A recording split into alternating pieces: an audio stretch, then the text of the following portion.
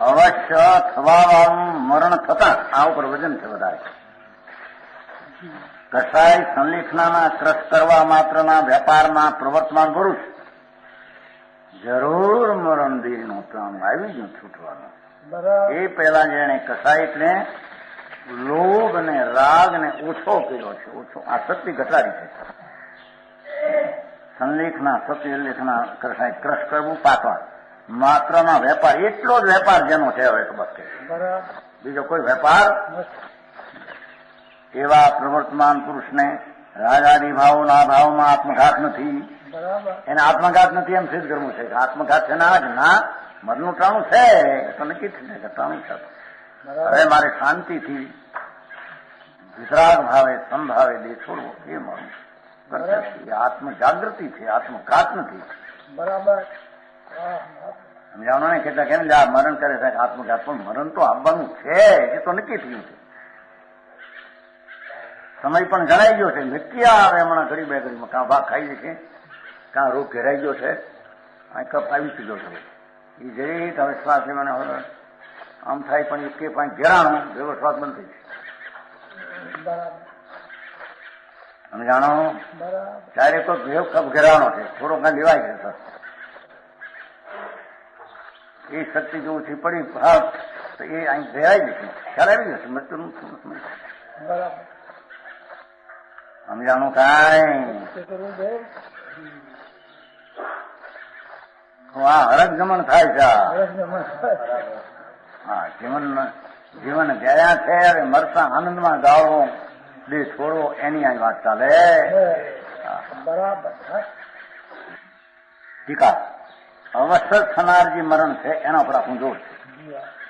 જરૂર મરણ થનાર તેમાં કસાયનો ત્યાગ કરતા કસાય તે ક્રોધ માનમાં આવેલો ઘટાડતા આત્માની વિતરાગતા વધારતા રાગદ્વેષ વિના પ્રાણ ત્યાગ કરનાર જે પુરુષ છે તેને આત્મઘાત થઈ શકતો નથી. સંલેખના કરનાર પુરુષની ઈચ્છા એવી નથી કે હું જબરજસ્તીથી મરણ કરું.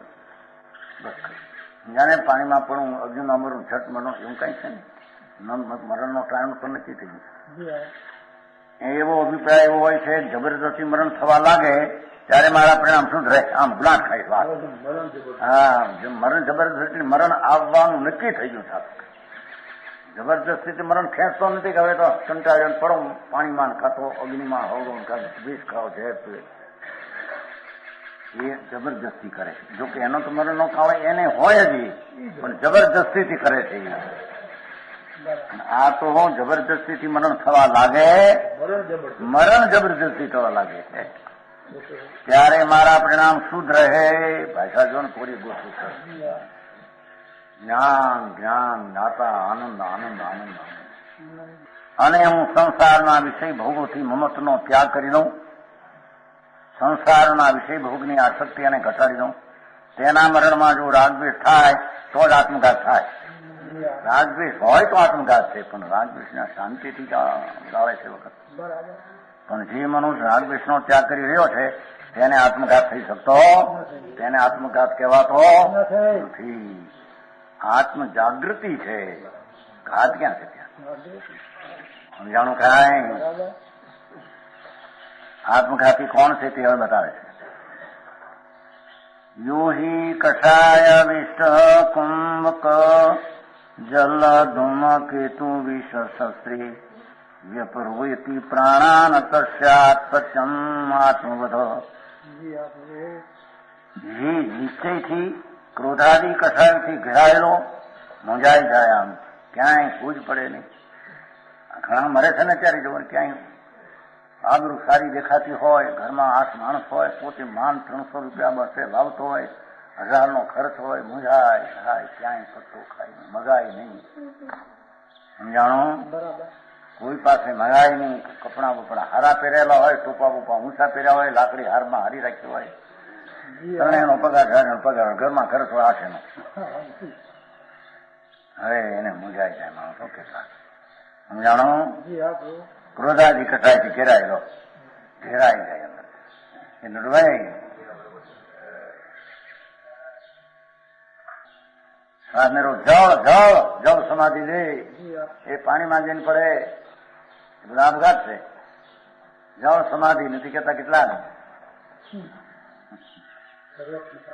હે જાઓ એ શસ્ત્ર પછી આવશે. આ તો જળમાં પડે છે ને, પાણીમાં, સરોવરમાં નદીમાં. એ અગ્નિમાં પડે, અગ્નિ સળગાવે ને પડે બળે, ઝેર પીવે, શસ્ત્રાદિથી લો એ તરવાર આનાથી ઘાત કરે, પોતાના પ્રાણને પૃથક કરે છે. પૃથક તો થવાના જ હતા, પણ ભાવ આવો છે એમ કે છે. દેહને આત્મઘાત ખરેખર થાય છે. એ તો આત્મઘાત થઈ, આત્મહિંસા કરી એને. એના સ્વરૂપની જાગૃતિ તો છે, મારી નાખ્યો આત્માને. અજ્ઞાનમાં આવા મરણમાં જાણે છૂટ શું આવી ક્યાં જઈ? ત્યાં માશુબા બેઠી છે ક્યાંય? અહીંથી છૂટીને જઈશું ક્યાં? ક્યાં જઈશ? પણ તું તો આત્મનિત છો. દુકાન બદલે કે બેનું ઉડીને જશે. આવા ઘાત કરે ને આત્મઘાત કે, પણ મરણ ટાણે આત્માના જ્ઞાનને જ્ઞાનને શાંતિથી જે છોડવાનું કરે તેને આત્મઘાત કહેવાય નહીં, પણ એને સમાધિને શાંતિ મરણ કહેવામાં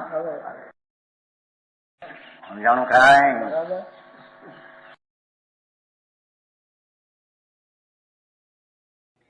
તથાપિ કહાનવાણીના અંકાયે મૂલ્યના કદી. તથાપિ માતવાણીના અંકાયે મૂલ્યના કદી. પરમ કૃપાળુ પૂજ્ય સદગુરુ દેવનો જય હો.